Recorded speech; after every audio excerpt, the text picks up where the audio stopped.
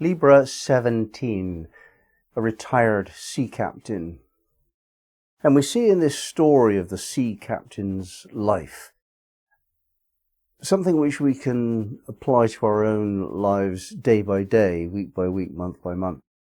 So the sea captain is a person who's commanded a ship on the dangerous waters, and he's managed to survive without messing it up. He's had all these life experiences, some really gritty and dangerous and troubled and so on, but he's weathered the storms. He's become very confident that he can cope because he has coped. And what he's doing now is sitting in his rocking chair perhaps and smoking his pipe and looking out at the sea while the seagulls cry and contemplating all that he's gone through and assimilating it, understanding it, turning these experiences into knowledge. And this is the purpose of our lives, to turn experience into knowledge. That's what we are. We're transformative agencies through which experience can become knowledge, in a sense. And this contemplation exercise is important. It's all too easy to be habitually moving forward towards a goal. And it becomes so much of a habit that we don't even notice that we've passed the mark that we set for ourselves, and we've scored the goal, we've achieved our purposes, but we keep on keeping on. And to some serious extent, actually, we need to learn how to relax. And this can be at the end of our lives and preparing for what comes next. It can be at the end of the day and preparing for a good night's sleep. It's the same wisdom applied in different time periods. So when each of us has developed our experience, we've chosen what to do. We could have done this, but we did this, and we could have done that, but we did the other. And when we've chosen all of this stuff in order to have experiences through which we are challenged, through which we develop qualities of self-confidence, skill, ability, moderation, wisdom.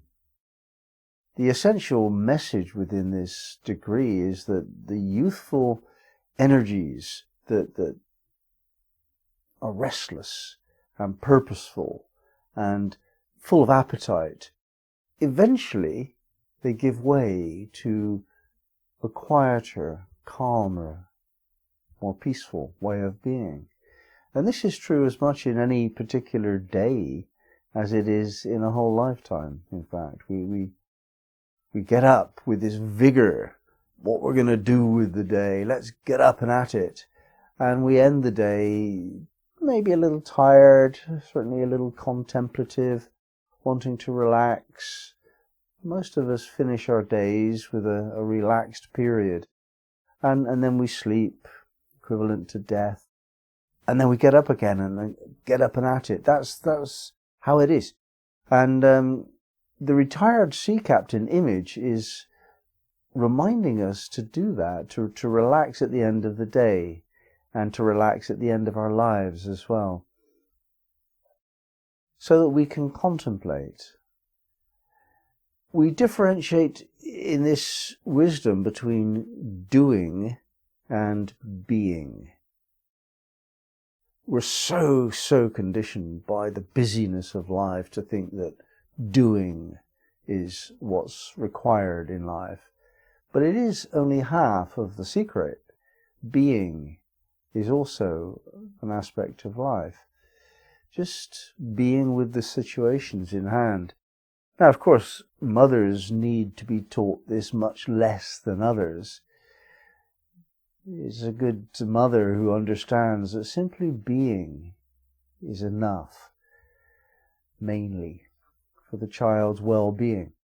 And this is because beingness creates its own atmosphere. Doingness is demanding and correcting and adjusting, and it's lot of mind involved in that, thinking and sorting things out, where being is much more to do with feeling, isn't it? Just feeling how better you can relax. Maybe lighting a fire, or smoking a pipe, or listening to some music, or just sitting and contemplating things that have happened. And we need to train ourselves, in a sense, and learn how to do that if we haven't that within us automatically, as it were. Now, the secret to being able to relax, really, is to do with acceptance. And whereas we're much taught to accept the failings of other people in the spirit of Christian compassion and forgiveness, perhaps there's a deeper mystery involved and a more important lesson to do with self-acceptance. And the retired sea captain, he's beyond the illusion of being a perfect man, a perfect being. He's not been blind to the fact that from time to time he did some pretty dark stuff in order to move forward through any situation. He strayed out of the bounds of his own decided protocols, principles, practices, and he did something which impinged upon his conscience. Inevitably, who doesn't? But he's reached a point of balanced self-forgiveness. Yeah, okay, I did that. Whoops. Next time I did it differently. I learned. Right now I regret a few things, but not so many. All in all, I did okay. Yeah, all right, fair enough. It wasn't perfect, but it was the best I could do. He has that type of attitude to life. And if we brought that to bear upon our lives at the end of the day, okay, I could have done that better. I'll try better next time. But all in all, okay, did the best I could. I did okay. You know, if we just relax into that sense of self-acceptance, self-forgiveness, and more important than anything else, the lack of self-denial. We must be honest with ourselves, even if you can't bring yourself to express it to anyone else, which is a shame. But if you can only be honest with yourself, it's an important step forward on the spiritual path. One of the biggest problems, and maybe the biggest problem of all to do with our species, is that we tell lies. And quite a lot of people tell lies to themselves.